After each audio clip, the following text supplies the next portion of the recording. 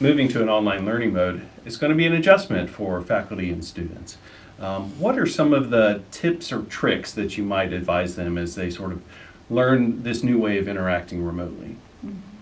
I think a couple things that come to mind first. One, check email and Moodle regularly. Know the expectations. Do some test runs on the technology.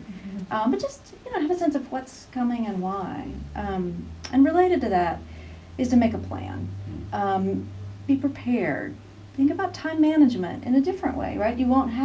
Students won't have face-to-face classes that they're scheduling things between. And it won't be like taking either a summer online or a winter term course. You'll have all of your courses. But it's manageable if you sit down and think about how much time do I need to study, to review, to learn, to get content delivered in the ways that my faculty member is decided on. Right? I think also, technology we would love to say works 100% of the time, but as somebody who works in IT, I know that it doesn't work 100% of the time, and part of that might be around people learning new tools and learning ways to engage those tools for different purposes. And so, expecting that sometimes things might not work, and that's okay. So being comfortable trying to troubleshoot a little bit, being comfortable trying to navigate that, and then keeping open communication with the faculty member. So if you're in some sort of WebEx conference and you can't hear or you can't see the person and you think you should be able to see them, using those chat functions, emailing the faculty members. So just being flexible in that environment, knowing that sometimes things might not work, but in it together and we can figure it out together. Part of that, I guess, is getting used to using that technology, that need to realize microphones are on and cameras are on and so forth. Is that right, Deandra? Yeah. It's important to be aware, others can see and hear you if you're on WebEx. If you have a little sister who really, really, really wants you to ask a question, or a dog who really, really, really wants to go out, it's good to know where the mute button is, right? That's key. If you have a poster on your back wall that you maybe don't want your professor to see, you might think about where your camera is aimed as you're thinking about that.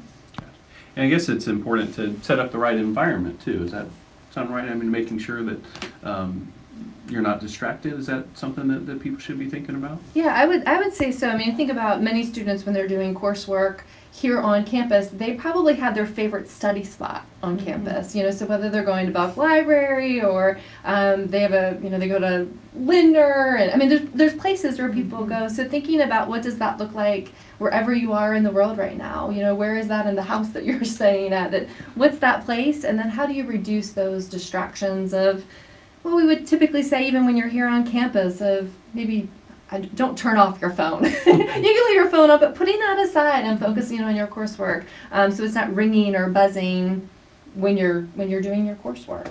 So.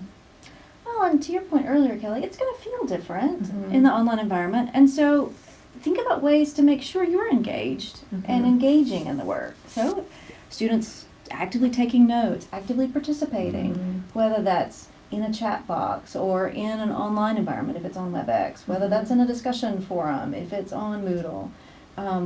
That's going to make it a more engaging experience for everyone if you're continuing to actively participate. And if you're taking responsibility for the learning that you need to be doing in order to stay in the class, it's going to make it a better experience for individual students and for the whole class and the faculty members alone. And I think, too, building off of that, thinking about that taking responsibility, if folks run into problems, whether it's a technical problem, I can't get logged into something, or this isn't working, we have staff here on campus to continue to provide support to folks. So our technology service desk is a great entry point to get that help that they need. So they can call us 336-278-5200, and we'll be there. We're prepared to answer questions for people and just provide that support that they need so that learning can continue even when those technical difficulties may potentially occur. So. Great advice. I know that this is going to be a new experience for a lot of people, but we'll get through it together. Absolutely.